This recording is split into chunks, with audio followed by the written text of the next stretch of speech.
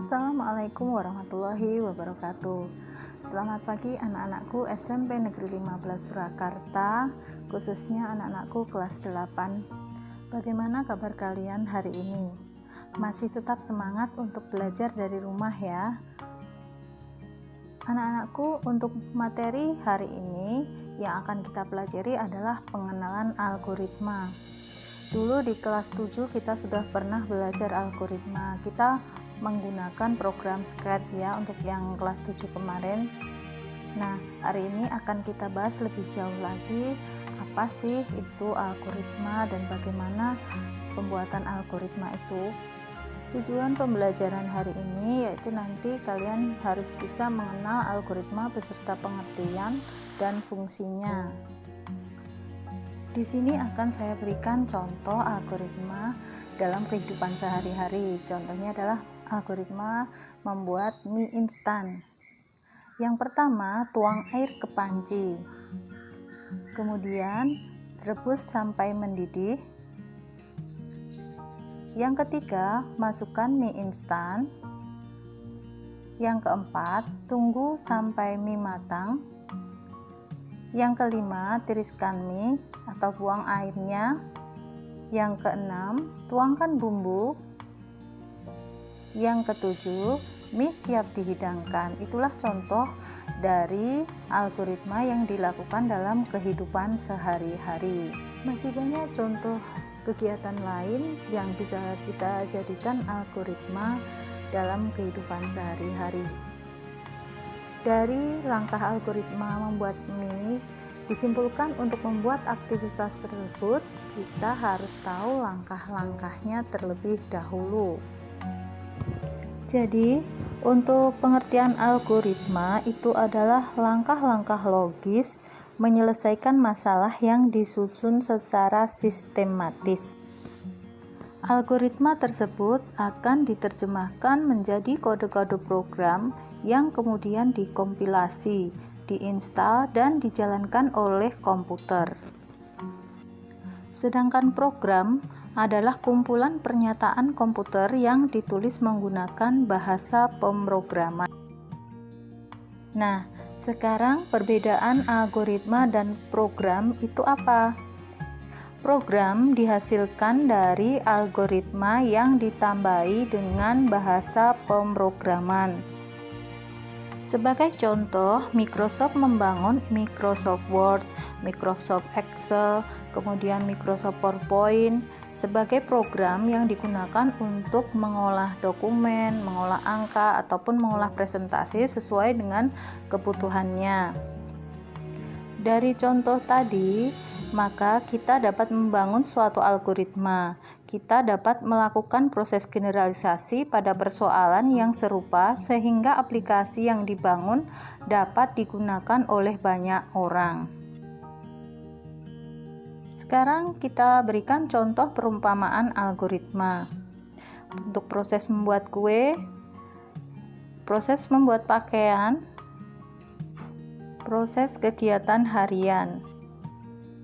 Dari proses-proses kegiatan tadi bisa kita berikan contoh algoritma untuk membuat kue. Algoritmanya adalah resep kue, karena kita tidak akan bisa membuat kue tanpa menggunakan langkah-langkah yang ada di resep kue. Untuk membuat pakaian, kita beri algoritmanya adalah pola pakaian. Sedangkan untuk menjelaskan kegiatan kita sehari-hari, kita bisa memberikan jadwal harian. Untuk proses algoritma itu prinsipnya sama dengan proses kinerja komputer. Jadi ada input, kemudian ada proses, dan ada output. Sedangkan memori digunakan untuk menyimpan data-data yang sudah diproses. Penyajian algoritma kita bisa menggunakan pseudocode ataupun flowchart. Yang pertama adalah flowchart system. Flowchart system menggambarkan alur atau proses suatu file di antara media dalam sistem mengolah data. Simbol dokumen ada kegiatan manual, kemudian ada simbol hard disk dan simbol pengaturan offline. Sedangkan untuk flowchart program menggambarkan urutan dan hubungan antar proses di dalam suatu program. Simbol untuk proses itu persegi panjang, kemudian belah ketupat itu decision atau pilihan atau kondisi. Kemudian untuk simbol jajaran genjang itu digunakan untuk input atau output data. Sedangkan elips digunakan sebagai terminator di setiap awal dan akhir kondisi. Sekarang kita mulai pada contoh algoritma. Buatlah sebuah flowchart program dari rumus luas persegi panjang, di mana luas persegi panjang sama dengan panjang kali lebar. Kita tambahkan simbol terminator start, kemudian input panjang kali lebar, kemudian kita proses masukkan luas panjang kali lebar, kemudian kita tampilkan hasil dari luas tersebut dan prosesnya selesai. Ini contoh dari algoritma untuk menghitung rumus luas persegi panjang. Sekarang kita masuk pada contoh yang kedua. Contoh yang kedua, kalian membuat flowchart dari mengirimkan pesan. Jadi langkah-langkahnya untuk mengirimkan pesan itu bagaimana? Untuk membuat flowchart program pengiriman pesan, yang pertama kita buat terminator start, kemudian input kita pilih menu SMS, kemudian kita masukkan lagi input, pilih nomor teleponnya, kemudian kita prosesnya di sini adalah ketika kita mengetikkan pesan, kemudian kita tekan tombol kirim dan kita nanti akan melihat pesan yang telah kita kirimkan.